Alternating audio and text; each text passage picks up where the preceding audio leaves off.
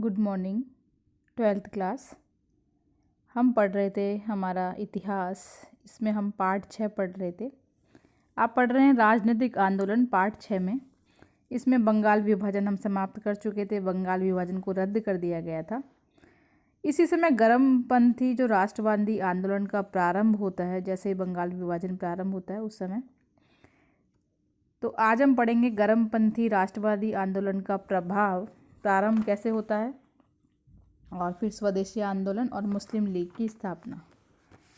कांग्रेस के जो नरमपंथी और गर्मपंथी जो दल थे, दो अलग अलग, इन दोनों के बीच मतभेद प्रारंभ हो गया था 1905 जब बंगाल विभाजन हुआ। तभी से लेकर 1907 तक मतभेद चलता रहा। गर्मपंथी स्वदेशी एवं बहिष्कार आंदोलन को बंगाल तक ही सीमित रखना चाहते थे। सीमित न रख करके ये पूरे देश में, जो गर्मपंथी है वो पूरे देश में इसको फैलाना चाहते थे, जबकि नरमपंथी केवल बंगाल तक ही इस स्वदेशी आंदोलन को रखना चाहते थे। 1906 में कलकत्ता के कलकत्ता अधिवेशन के अध्यक्ष को लेकर भी गर्मपंथी और नरमपंथी में विवाद होता है। और गर्मपंथी चाहते हैं कि बाल गंगाधर बने, बाद में दादा भाई नौरोजी अध्यक्ष बने जाते हैं।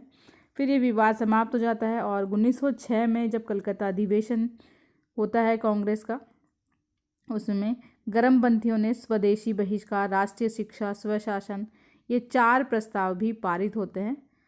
और फिर इसके बाद इन दोनों में धीरे धीरे मतभेद बढ़ते ही रहते हैं। स्वदेशी आंदोलन की बात करें हम तो बंग भंग, जैसे ही बंगाल का विभाजन समाप्त होता है,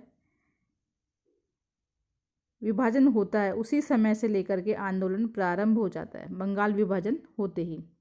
परिणाम स्वरूप बंगाल के विभाजन को देख करके जो आंदोलन है, स्वदेशी आंदोलन में बहिष्कार करना विदेशी वस्तुओं का, ये प्रारंभ कर दिया जाता है। और एक तरह से ये ब्रिटिश साम्राज्य के विरुद्ध एक हथियार के रूप में काम में लेते हैं भारतीय लोग। बम्बई, मद्रास, उत्तर भारत में स्वदेशी वस्तुओं को अपनाने, विदेशी वस्तुओं का बहिष्कार करने के लिए, राष्ट्रीय शिक्षा को बढ़ावा देने के लिए एक आंदोलन चलाया जाता है, जो कि स्वदेशी आंदोलन कहलाता है। स्वदेशी आंदोलन को शक्तिशाली बनाने के लिए बहुत सारे संगठन निर्माण किए जाते हैं। जन समितियों का गठन किया जाता है। विदेशी कपड़े, चीनी, नमक आदि का बहिष्कार किया जाता है। विदेशी माल की दुकानों पर धरना दिया जाता है। विदेशी माल को बेचने वाले जो मालिक हैं उनका बहिष्कार किया जाता है। विदेशी कपड़ों की होली जलाई जाती है। इसमें सारे कार्य हैं ये। विदेशी वस्तुओं को खरीदने पर भी सामाजिक बहिष्कार करने के लिए कहा जाता है कि विदेशी वस्तु अगर कोई खरीदता है तो उसका समाज बहिष्कार करेगा, उसके साथ खान पान नहीं रखेगा, ना ही उसका कोई काम नहीं करेगा। और लोगों ने इस स्वदेशी आंदोलन में अपने सरकारी अवैतनिक पदों पर भी इस्तीफा दिया और कौंसिल से भी इस्तीफा देने को कहा गया। जनसभाओं में लोगों को स्वदेशी भारतीय वस्तुओं का उपयोग के लिए शपथ दिलाई गई।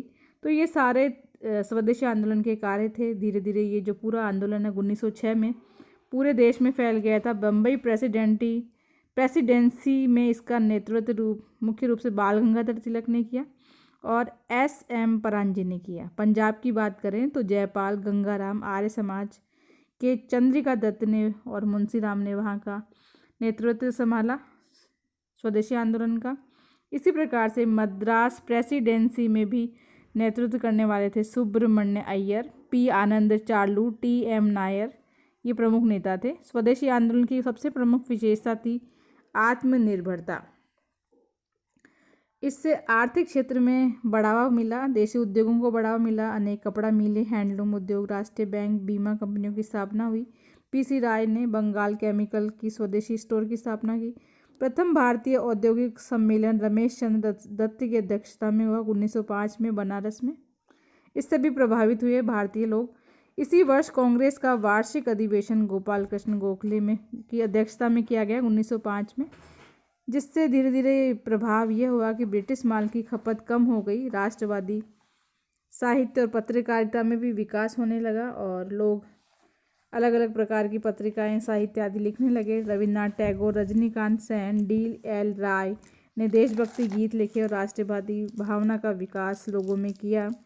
और इस आंदोलन में राष्ट्रीय शिक्षा का नारा दिया गया कि लोग राष्ट्रीय शिक्षा को अपनाएं, हिंदी को अपनाएं। बंगाल में जो विभिन्न जिले थे उनमें राष्ट्रीय स्कूल स्थापित किए गए। कलकत्ता में नेशनल कॉलेज खोला गया जिसके प्राचार्य अरविंद घोष बनाए गए। राष्ट्रीय साहित्यिक वैज्ञानिक तकनीकी शिक्षा देने के लिए राष्ट्रीय शिक्षा परिषद की स्थापना की गई, ताकि लोगों को यहाँ की इस राष्ट्रीय शिक्षा साहित्य विज्ञान की जानकारी प्राप्त हो सके। और इस स्वदेशी आंदोलन में जितना भाग युवाओं ने लिया, उतना ही महिलाओं ने भी इसमें योगदान दिया। महिलाएं सक्रियता के साथ जुलूसों और धरनों में सम्मिलित हुई और इस आंदोलन में वाजिद हुसैन, अब्दुल गफूर, लियाकत हुसैन आदि मुस्लिम नेताओं ने भी भाग लिया। इन्होंने भी अपने सामाजिक उत्थान के अनेक प्रकार के कार्य किए। अश्विनी कुमार दत्त ने अपनी संस्था स्वदेशी बांधव समिति से अपने गांवों का उत्थान किया। छुआछूत, बाल विवाह आदि जो कुप्रथाएं थी, कुप्रथाओं को भी समाप्त करने के लिए जनता को जागृत कराने का प्रयास भी स्वदेशी आंदोलन के द्वारा किया गया। इस राष्ट्रीय आंदोलन को बढ़ता हुआ देख करके अंग्रेजी सरकार चिंतित हो गई थी और राष्ट्रीय आंदोलन को कमजोर करने के लिए इन्होंने मुस्लिमों के विरुद्ध हिंदुओं के विरुद्ध मुस्लिमों को खड़ा करने का प्रयास किया। उस समय अलीगढ़ कॉलेज के जो प्राचार्य थे आर्चबाल्ड एवं तात्कालिक वायसराय थे लॉर्ड मिंटो, इनके निजी सेवक थे डनलप स्मिथ। इनके प्रयास से आगा खां के नेतृत्व में 36 मुसलमानों का एक प्रतिनिधित्व मंडल 1 अक्टूबर 1906 को लॉर्ड मिंटो के पास जाते हैं और वहाँ उन्होंने अपनी मांग रखते हैं कि हमारी जो संस्थाएं हैं उनको राजनीतिक महत्व दिया जाए और हमारा जो मुस्लिम साम्राज्य है उसकी रक्षा की जाए। और क्योंकि जो मुस्लिम जो साम्राज्य है उसको जनसंख्या के आधार पर न देखा जाए, उसको बढ़ावा मिलना चाहिए। मुस्लिम विधान परिषदों में मुस्लिम निर्वाचन मंडल स्थापित किए जाए।